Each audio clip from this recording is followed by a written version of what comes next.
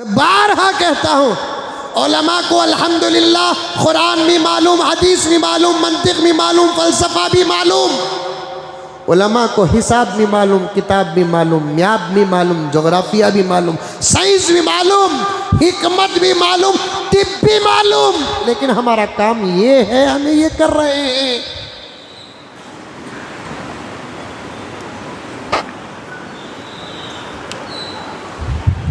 हमारा काम ये है। मदारिस पर बमड़ियाँ करते ना, मदरसों में ये नहीं पढ़ाते, वो नहीं पढ़ाते, वो नहीं पढ़ाते। मैंने करीब में एक जलसे में, मदरसे का जलसा था, बड़ा शहर था, नाम लेना नहीं चाहता। अब नामा लिए तो भी गिरफ्तारी।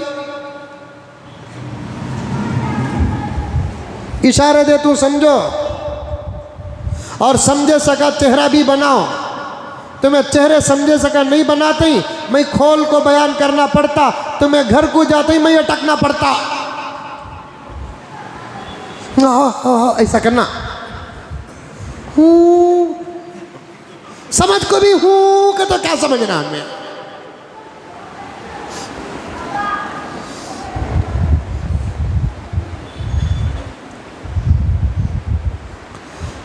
बहुत बड़ा शहर है और मुल्क के मशहूर रियासतों में से एक रियासत, वहां के जलसा हुआ मदरसे का, अल्लाह का फजल के बहुत कामयाब जलसा हुआ।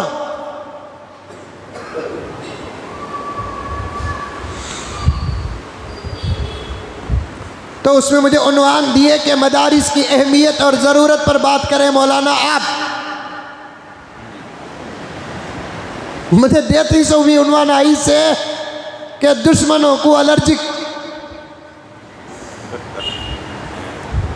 किसी को फजीलत कुरान का उन्वान मिला, किसी को हिफ्ज़ कुरान का उन्वान मिला, किसी को पर्दे का उन्वान मिला, किसी को औलाद की तरबियत का उन्वान मिला, और मुझे मिला क्या, मदारिस अरबिया की अहमियत। अब मैं उस पर बोलना शुरू करा तो कम से कम 2 घंटे होना। अल्हम्दुलिल्लाह इतना हमारे बड़ों का सबक पढ़ा। मैं बोलते बोलते कहा कि भाई हमें मदरसा चला रही, हमारे मदरसे में क्या पढ़ाना, हमारे मदरसे का निज़ाम हमें तय करके रखे ही, तुम्हें कितना मदरसों के पीछे पड़े ही भाई। जैसे मेडिकल कॉलेज होती है तो वहाँ मेडिकल लाइन ही का सब्जेक्ट होता है, लॉ कॉलेज होती है तो लॉ लाइन का ही सब्जेक्ट होता है, इंजीनियरिंग कॉलेज होती है तो इंजीनियरिंग लाइन का ही सब्जेक्ट होता है। वैसा हमारे मदरसों में कुरान सब्जेक्ट है, हदीस सब्जेक्ट है।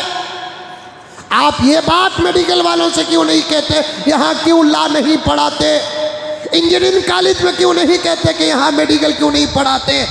जब आप मेडिकल को जाकर, मेडिकल कॉलेज में जाकर खामोश हो जाते हैं कि इनका रास्ता अलग है, दूसरी जिम्मेदारी इनको देना नहीं है।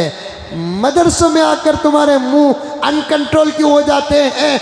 मदरसों में हम क्या पढ़ाना हमको मालूम है, और मदरसे में हम पढ़ाकर बच्चे को मस्जिद का इमाम बनाना है, खतीब बनाना है, मुअल्लिम बनाना है, मुफ्ती बनाना है, काजी बनाना है, और खामखा लाकर आप कहते हैं इनको ये भी पढ़ाओ, इनको ये भी पढ़ाओ, इनको ये भी पढ़ाओ। तो मैंने कहा पढ़ाएंगे ज़रूर, लेकिन पहले ये कहो हम पढ़ाने के बाद जब हमारे मदरसे की डिग्रियां देकर भेजेंगे तो तुम हुकूमत के इदारों में हमारे बच्चों को नौकरियां भी देना।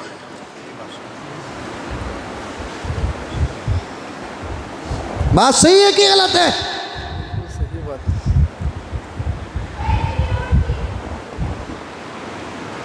अजीब बात है।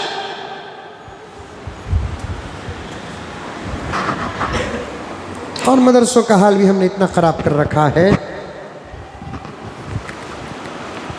कौन से मदरसे की मैं बात करूं मेरे दोस्तों, किस शहर के मदरसे की बात करूं मैं, किस रियासत के मदरसे की बात करूं मैं, कि ऐसे ऐसे मदरसों को जाकर मैं रो कर आता हूं इमाम साहब मौलाना, जिस मदरसे की इमारत और कैपेसिटी 2-2 हज़ार बच्चों की है, लेकिन वहाँ 50 बच्चे भी नहीं हैं।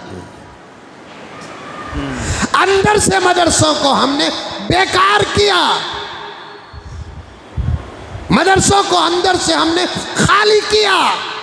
हमारे ही जहन में ये बात है कि मदरसे में पढ़ने वाले बच्चे लायक नहीं बनते, काबिल नहीं बनते। मदरसे में पढ़ने वाले बच्चे परेशान होते हैं, उनको अच्छी सैलरी नहीं मिलती।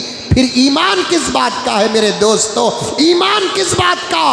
हजरत मौलाना इलियास गहमन साहब फरमाते हैं, इन उलमा को जो तनख्वाह देते हैं ये दुनिया की ज़रूरत है, असल तनख्वाह तो इनको आखिरत में मिलने वाली है।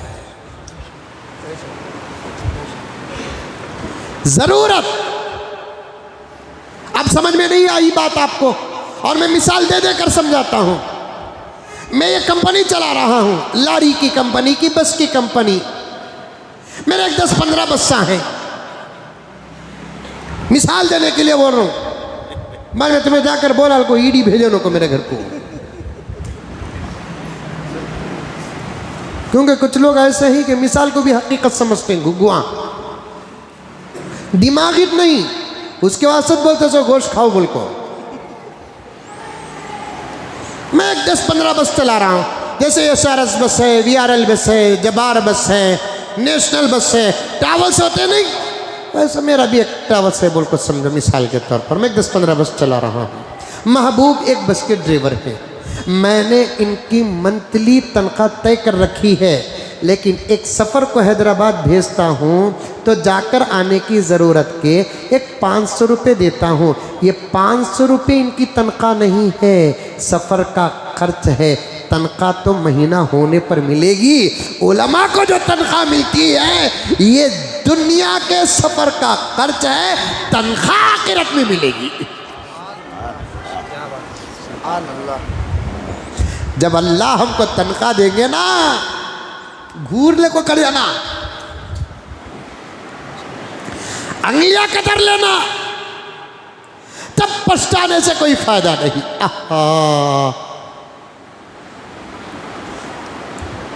हमारी तनख्वाह आखिरत में है। कुरान पाक की आयत का इशारा है। मोहम्मद रसूलुल्लाह सल्लल्लाहु अलैहि वसल्लम पर इल्ज़ाम लगाया, अंबिया पर इल्ज़ाम लगाया। ये नया दीन जो अंबिया लेकर आते हैं, अलियाज़ बिल्लाह, ये मोहम्मद जो नया दीन लेकर आ रहा है, पैसे कमाना चाहता है। अल्लाह ने मेरे नबी को तसल्ली दी कि इनसे कह दो कि हमारी दावत का हम तुमसे बदला नहीं लेते, हमारी दावत और तबलीग का हम अल्लाह से बदला लेंगे।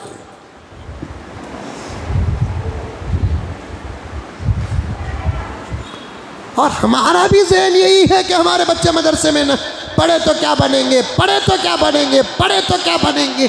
और हमारे भी कुछ लोग हैं ना, सियासी लोग हैं ना, मदरसों में आकर मशवरा देते हैं, बच्चों को ये पढ़ाओ, बच्चों को वो पढ़ाओ, बच्चों को ये सिखाओ, वो सिखाओ।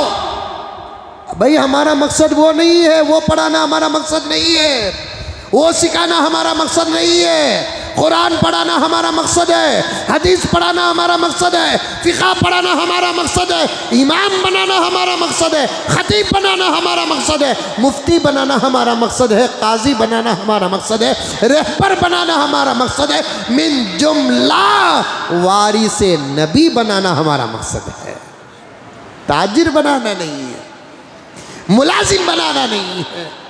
सच कहता हूँ महबूब, इतना रोना आता है मदारिस अरबिया को देखकर, जहाँ 2-2 हज़ार बच्चे पढ़ सकते हैं बाबा, 3-3 हज़ार बच्चे पढ़ सकते हैं और आमदनी के ज़रिए भी हैं, लेकिन उन मदरसों के तलबा की तादाद सुनता हूँ तो ये सोचने पर मजबूर हो जाता हूँ, ये जुमला सुनने से पहले मैं बोड़ा क्यों नहीं हुआ, मैं बेहरा क्यों नहीं हुआ। इतना खूबसूरत माहौल और अंदर की तादाद देखने से पहले मैं अंधा क्यों नहीं हुआ, ये सोचने पर ही आज मजबूर है।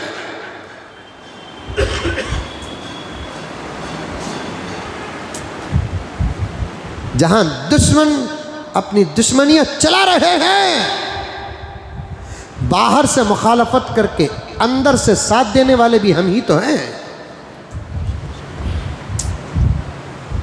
बात सही है गलत है मौलाना?